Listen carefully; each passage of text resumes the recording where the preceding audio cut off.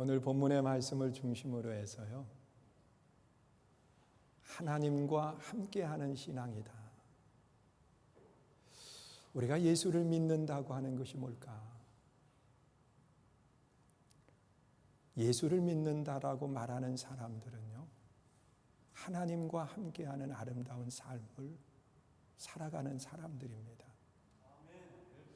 이스라엘 백성들이 이 광야길을 걸어갈 때 한순간도 하나님과 동행하지 않는 그런 모습이 없었습니다. 하나님이 그들과 함께 해주시지 않으면 그들은 살 수 없었기 때문에 그렇습니다. 낮에는 구름 기둥으로, 밤에는 불 기둥으로 항상 함께 하시면서 동행을 하셨습니다. 하나님의 동행하심은 이 광야길에서만이 아니라 오늘 우리들의 삶 속에서도 하나님은 늘 우리와 함께 동행을 하십니다. 심지어 성령님께서는 내 안에 거하신다고 그렇게 말씀을 하시거든요. 보혜사라고 하는 뜻은 또한 우리의 곁에 서서 나를 돕는다고 그렇게 말씀을 하는 겁니다.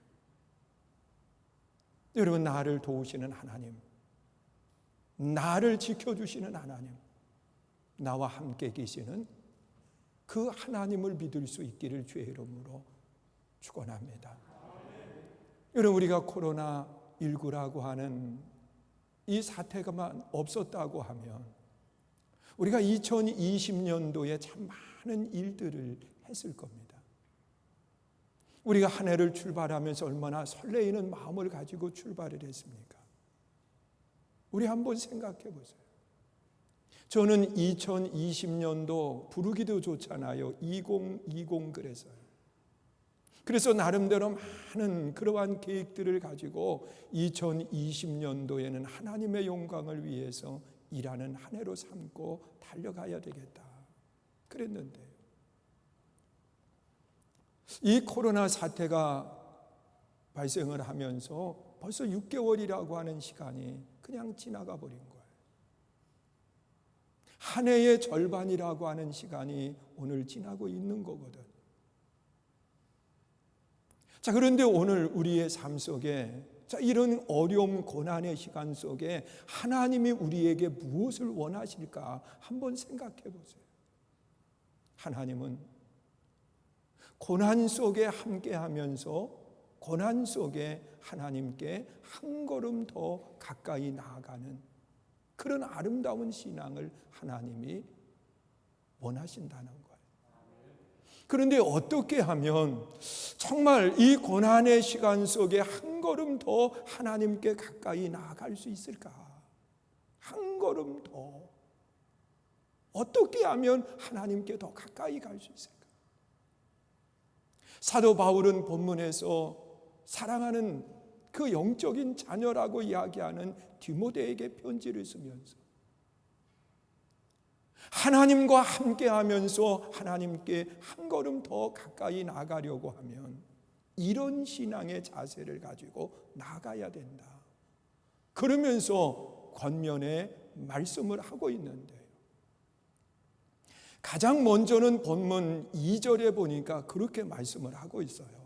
우리 한번 2절 말씀 읽어보시지요. 읽습니다. 시작. 또 내가 많은 증인 앞에서 내게 들은 바를 충성된 사람에게 부탁하라. 그들이 또 다른 사람들을 가르칠 수 있으리라. 여러분, 여기 본문 속에 나타나 있는 말씀을 보면 이 충성하는 자세를 가지고 나아가라고 그렇게 말씀을 해요. 그런데 우리가 그냥 충성 그러면 이해하기가 어렵지만 이 사도 바울은 3절에서 우리를 가리켜서 뭐라고 이야기하느냐? 하나님이 우리를 불러주셨다는 거예요. 그런데 우리를 부르실 때에 무엇으로 불렀느냐고 하면 병사로 불러주셨다고 그렇게 바울은 이야기하고 있습니다. 여러분, 군인이라고 하는 것, 병사라고 하는 것, 우리가 생각할 때는 그냥 군인이나 병사나 똑같이 생각을 할 수 있는데 그건 아니에요. 군인은 장교나 사병이나 다 통틀어서 그냥 군인이다 이렇게 이야기를 합니다. 그런데 병사라고 하는 것은요, 내 밑에 내가 명령할 수 있는 부하가 없는 것을 병사라고 이야기해요. 이 병사라고 하는 단어를 국어 사전에서 찾아보면 분대장도 병사가 아니라는 거예요. 한 분대를 내가 지휘할 수 있으니까 말이에요. 그러니까 분대장 이하의 그러한 병사를 이야기하는데 한국에서는 이 병장이 분대장이 되거든요. 그러니까 이 병장까지도 사실은 병사 속에 포함이 되지 않는 그런 상태를 이야기하고 있어요. 그러니까 내가 명령할 수 있는 사람은 아무도 없고 다만 명령을 받고 행동하는 것을 말하고 있습니다. 하나님은 우리를 그렇게 불러주셨다는 거예요.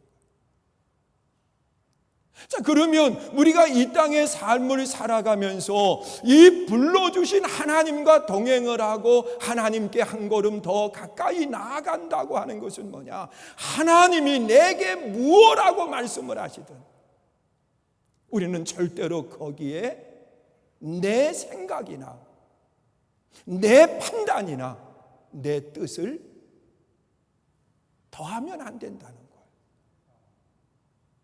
내 생각이나 내 판단을 더하면 그것은 병사로서의 모습이 아니라는 거예요.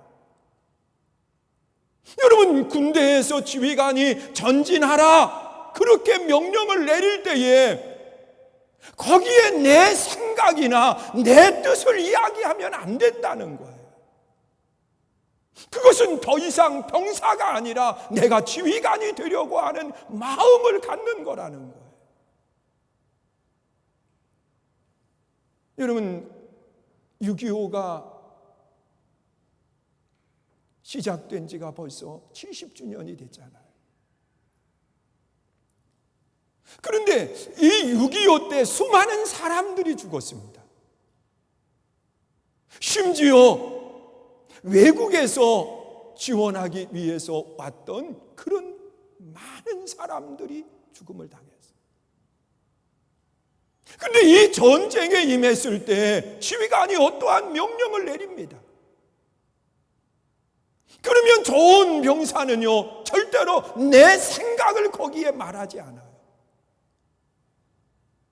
여러분, 죽음을 알면서도 그들은 전진해 가는 겁니다. 그것이 명령이에요. 여러분, 하나님이 우리를 병사로 부르셨다라고 하는 그 말 속에는 어떤 환경, 어떤 상황, 어떤 조건 속에서도 하나님이 내게 말씀하실 때에 내 생각이나 내 판단을 거기에 더하면 안 되는 거예요. 그것은 병사의 자세가 아니라는 겁니다. 여러분, 성경에 보면 예수님의 사랑을 가장 많이 받았다고 이야기하는 베드로가 있습니다. 이 베드로는 예수님이 제자로 부르실 때에 다른 제자들과는 다른 부름을 받습니다. 그가 어느 날 고기를 잡았는데 밤을 새워서 고기를 잡았어요. 그런데 한 마리 잡지 못하고 새벽녘에 그물을 싣고 있었습니다. 그런데 예수님이 이 시몬 그물을 싣고 있는 그곳에 오시더니 배를 좀 띄우라는 거예요. 아니, 들어가려고 밤을 새워 지친 상태에서 고기를 잡았는데 이제 씻고 들어가려고 하는 그 상태에 배를 띄우라 그러면 누가 그거 좋아하겠어요? 그런데 예수님은 그 시몬이 띄운 배에 앉으셔서 말씀을 전하시고 난 뒤에 다시 오시더니 시몬에게 그렇게 이야기해요. 깊은 데 가서 그물을 내려라. 이 예수님이 말씀하실 때에 시몬은 이미 그 배에서 전하는 말씀을 들었을 거예요. 그리고 난 뒤에 예수님께서 말씀을 하실 때에 시몬은 예수님께 그렇게 말을 해요. 내가 밤을 새워서 고기를 잡았지만 한 마리 못 잡았습니다. 그러나 내가 말씀에 의지해서 내가 그물을 내리겠습니다. 말씀에 의지해서 그물을 내리겠다는 거예요. 내 생각이나 내 경험이나 내 판단이 아니라 말씀에 의지해서 내가 그물을 내리겠습니다. 그리고 그 말씀대로 깊은 데 가서 그물을 내렸을 때 그물이 찢어지도록 잡히게 돼요. 그리고 그 고기를 내 배에 다 실을 수가 없어서 동료의 배를 불러가지고 함께 싣고 부둣가에 나와서 예수님 앞에 엎드립니다. 나는 죄인이라고 말해요. 그때 예수님께서 이 시몬에게 하시는 말씀이 지금까지는 내가 고기를 잡는 어부였지만 이제부터는 사람 낚는 어부가 되어라. 그러면서 이 시몬을 불러주셨습니다. 그때 그는 배와 그물을 버려두고 예수님을 따르게 되는 거예요. 그리고 난 뒤에 예수님과 함께 하면서 그는 새로운 인생을 살아가게 됩니다. 새로운 것들을 눈으로 보면서 삶을 살아갑니다. 어떻게 살아가야 되는 것인지를 보는 거예요. 그런데 어느 날 예수님께서 제자들을 다 불러 모으더니 물으셨습니다. 세상에 있는 사람들이 나를 누구라고 하느냐는 거예요. 자, 그랬을 때 이 시몬 또 다른 제자들이 다 예수님이 어떤 분이라고 하는 것을 사람들이 하는 이야기를 들은 것을 전해드렸어요. 그 말을 듣고 난 뒤에 예수님이 다시 제자들에게 물었어요. 너희들은 나를 누구로 생각하고 따라오느냐?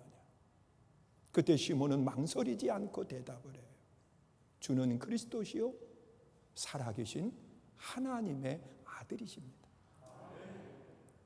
마태복음 16장 16절에 위대한 고백을 하는 거예요. 그때 예수님은 바요나 시몬아 내가 복이 있다. 이것을 알게 하신 분은 사람이 아니라 하나님이시다. 그러면서 이제부터는 내 이름을 시몬이라고 하지 말고 베드로라. 여러분, 시몬은 조약돌과 같은 그런 모습을 이야기하지만 베드로는 반석을 이야기하고 있어요. 그러면서 하시는 말씀이 내 위에 하나님의 교회를 세우는데 음부의 권세가 이기지 못할 것이다. 그리고 난 뒤에 예수님은 처음으로 십자가를 이야기합니다. 고난에 대한 이야기를 하는 거예요.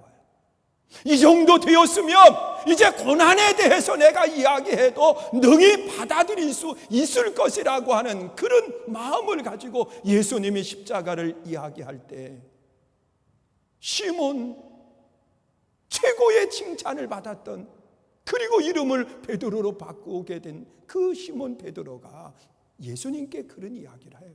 예수님이 어떻게 십자가에 달려 죽습니까? 우리들도 있는데 그렇게 표현은 하지 않았지만 아마 내심 속에 베드로는 그런 마음을 가졌어요. 우리들도 있는데 예수님을 어떻게 그 고난의 자리에 나아가도록 그렇게 내버려 두겠습니까? 그 말을 듣는 예수님은요, 우리 바꿔놓고 생각을 하면 저 같으면 흐뭇할 거예요. 좋을 거예요. 우리 성도님들이 내가 고난으로 나아갈 때 목사님 무슨 얘기입니까? 목사님이 거기에 어떻게 나아가시냐고. 우리가 있는데 염려하지 마세요. 염려하지 마세요. 이 정도 얘기하면 예수님은 흐뭇하실 것 아닙니까? 그런데 예수님은 시몬을 바라보시면서 그렇게 이야기합니다. 사탄아, 뒤로 물러가라. 여러분, 칭찬해 줄 만한 사람에게 왜 예수님은 사탄이라고 이야기했을까? 사탄이라고 왜 이야기했을까? 거기에는 단 한 가지가 있어요. 그것은 뭐냐? 예수님의 하시는 말씀을 시몬은 장교로 들은 거예요. 병사로 들은 것이 아니라 내 생각이나 내 판단을 거기에 포함을 시킨 거예요. 여러분, 내가 막으면 되겠지라고 하는 생각을 가진 거예요. 아니에요. 하나님이 우리를 병사로 부르셨으면 우리는 하나님이 어떤 말씀을 하시든 내 상황, 내 환경, 내 조건을 내세우면 안 되는 거예요. 그것은 더 이상의 병사가 아니라 내가 지휘관이 되고자 하는 마음인 거예요. 하나님이 나를 병사로 불러주셨으면 하나님이 내게 무엇라고 말씀하시든 우리가 할 수 있는 것은 뭐냐? 아멘. 예인 거예요. 내 생각, 내 판단, 내 뜻을 거기에 포함시키는 것은 더 이상의 병사가 아니라는 거예요.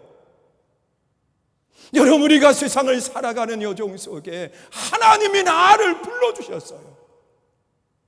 병사로 불러주셨어요. 그렇기 때문에 우리는 절대로 내 생각이나 내 판단, 내 뜻을 거기에 포함시키지 말고 아멘. 순종하는, 그것이 충성하는 성도의 신앙인 겁니다. 그리고 또한 본문 속에 나타나 있는 말씀을 보면 하나님과 함께하는 사람들은요, 이 거리 조정을 잘해야 됩니다. 여러분, 사람들이 세상을 살아가는 여정 속에 함께 간다고 이야기하면서 이 거리 조정이 안 되면 안 된다는 거예요. 여러분, 함께라고 하는 것은 거리 조정이 잘 될 때 우리는 목적지까지 같이 가게 되어 있는 겁니다. 그런데 평탄하고 좋은 길 속에는 좀 떨어져도 상관이 없어요. 그러나 험난한 곳을 만났을 때에는 떨어지는 것이 아니라 그때는 한 걸음 더 가까이 다가가는 겁니다. 오늘 본문 3절의 말씀을 보세요. 우리 함께 읽습니다. 시작. 너는 그리스도의 예수의 좋은 병사로 나와 함께 고난을 받으라. 여러분, 하나님은요, 하나님을 믿는 성도들에게 너 고난이 하나도 없다 이렇게 말씀을 하는 것이 아니라 그리스도와 함께하는 군사로서, 병사로서 너 고난을 받으라 그렇게 말씀을 하고 있어요. 자, 이 말씀 속에 우리가 찾아보는 것은요, 우리가 힘들고 어려울 때 우리는 주님과 한 걸음 뒤로 물러서는 것이 아니라 내가 정말 고난의 문제를 만났을 때 그때는 우리가 한 걸음 주님께 다가가는 겁니다. 그것이 하나님이 우리에게 원하시는 신앙인의 모습인 겁니다. 여러분, 저는 농촌에서 성장을 했습니다. 저희 어머님이 농사를 지어서 팔남매를 키웠어요. 아버님이 일찍 하나님의 부르심을 받으셔가지고 홀로 농사를 지으면서 팔남매를 키웠습니다. 그런데 저희 어머님이 농사를 지을 때 제가 곁에서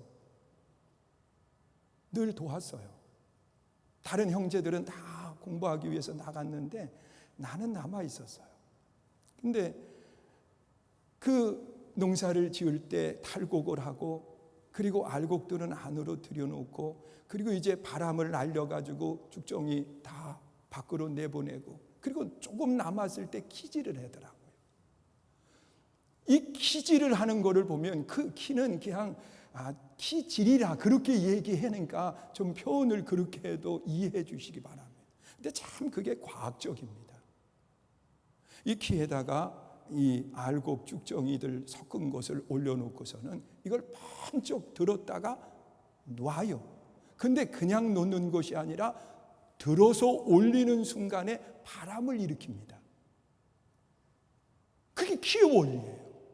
그래서 바람이 불어가지고 일으켜가지고 그 쭉정이가 바람에 밀려나가요.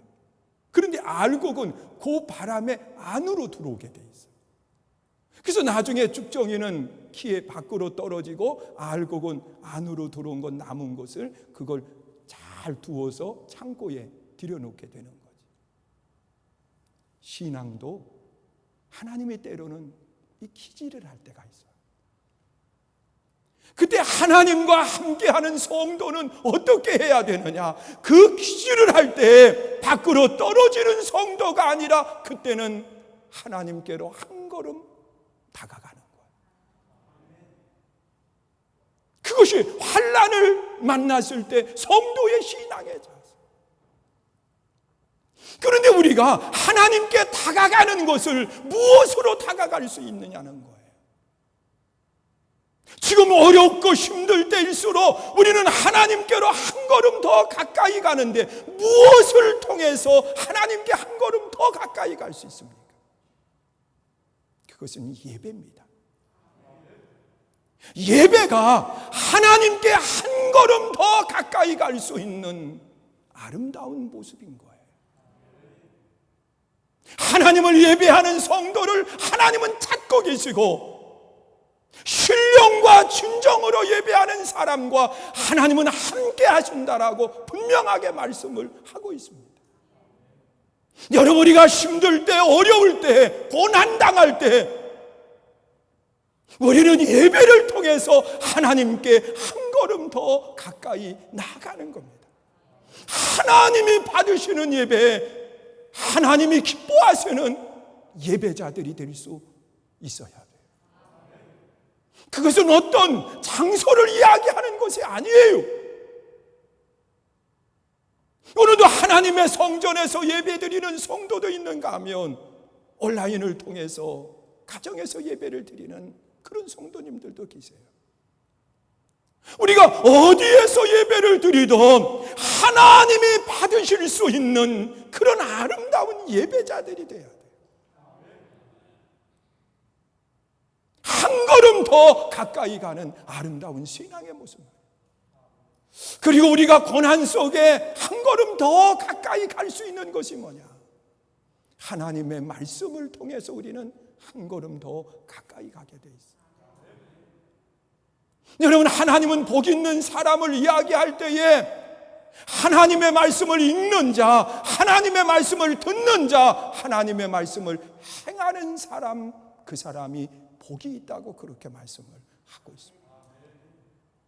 우리가 하나님의 말씀 힘들 때일수록 우리는 하나님의 말씀에 귀를 기울여야 되고, 우리가 힘들 때일수록 우리는 하나님의 말씀 속에서 답을 찾을 수 있어야 돼요.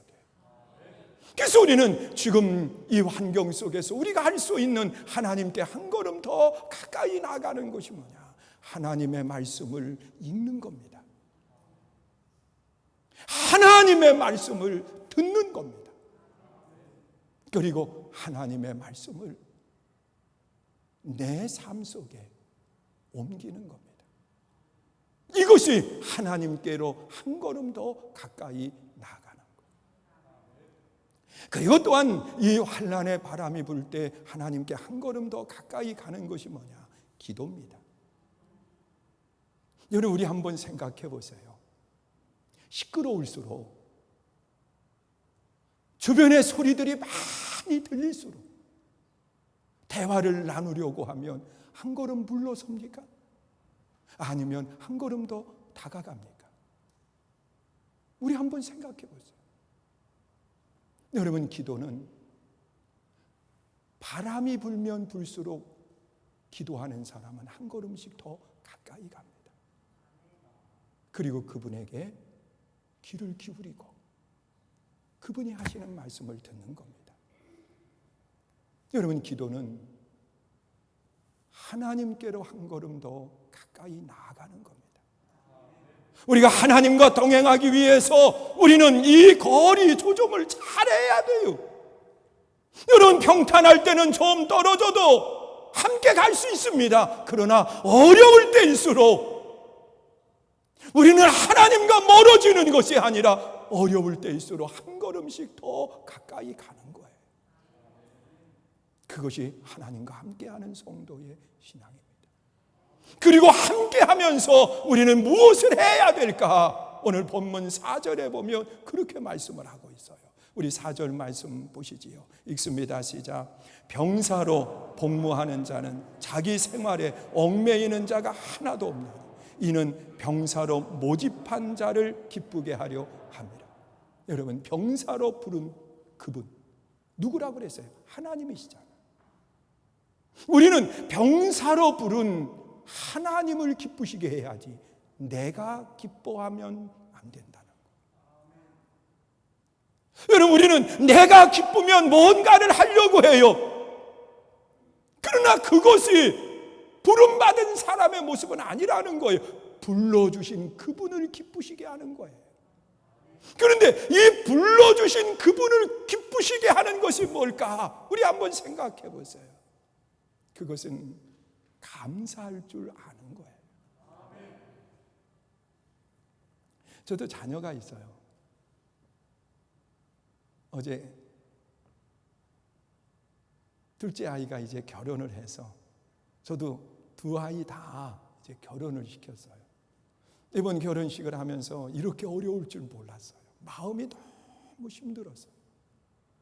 3월 달에 하려고 하다가 연기를 해가지고 6월 달 정도면 안전하겠지 그랬는데 더 어려움이 찾아와가지고 참 마음에 그런 염려를 많이 했어요. 근데 자녀를 키우면서 부모가 제일 행복할 때는 언제냐고 하면 그 많은 것을 가지고 싸들고 올 때 부모가 행복할까? 아니게요. 부모의 가슴이 제일 무너질 때가 언제냐고 하면 불평할 때. 어느 날 자녀가 찾아와서 하는 이야기가 아빠가 해준 게 뭐 있어요? 그 말 한마디만 한다고 하면 가슴이 무너져요.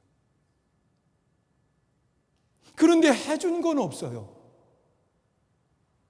그럼에도 불구하고 나를 낳아주셨고 지금까지 키워주셔서 감사합니다. 그동안 힘들었던 것들을 다 잃어버리게 돼요. 그 감사의 한마디 때문에 말이에요. 여러분, 우리가 불러주신 하나님께서 내 마음에 안 드는 그런 모습을 우리가 가질 때도 많이 있어요. 생각해 보세요. 지금 이 코로나19의 사태로 인해서 이런 어려움을 당하면서 하나님, 우리가 그동안 기도했는데 이게 뭡니까? 왜 이런 힘드는 일들을 우리에게 만나게 하니? 얼마든지 원망할 수 있어요. 그런데 이 고난의 때에 하나님을 기쁘시게 하는 것은 다른 것이 아니라 하나님, 고난의 때 내가 하나님을 믿게 된 것을 감사합니다. 내가 하나님을 믿지 못했다고 하면 내 삶이 더 형편없이 내려갔을 텐데, 이 고난의 때에 원망하면서 살았을 텐데 하나님 믿게 해주신 거 감사합니다. 여러분, 이 감사가 부르신 그분을 기쁘시게 하는 거예요. 그리고 또한 우리가 무엇을 가지고 부르신 하나님을 기쁘시게 할 수 있을까?